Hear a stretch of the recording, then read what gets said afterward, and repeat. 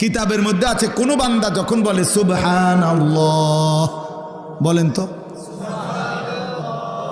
আবার বলেন তো, আল্লাহ বলে এটার অর্থ হলো হে আল্লাহ আমি আপনার পবিত্রতা বর্ণনা করিতেছি, এই সুবহানাল্লাহ অর্থ।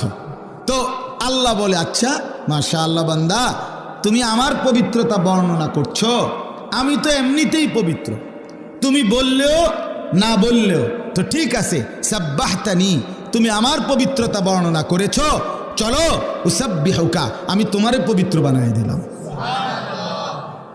আলহামদুলিল্লাহ বলেন তো, আল্লাহকে আমি বললাম আল্লাহ আমি আপনার প্রশংসা করছি।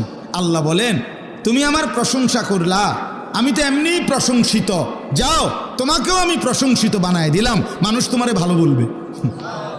জিকির করে দেখো তোমারে দেখবা মানুষে ভালো বলবে।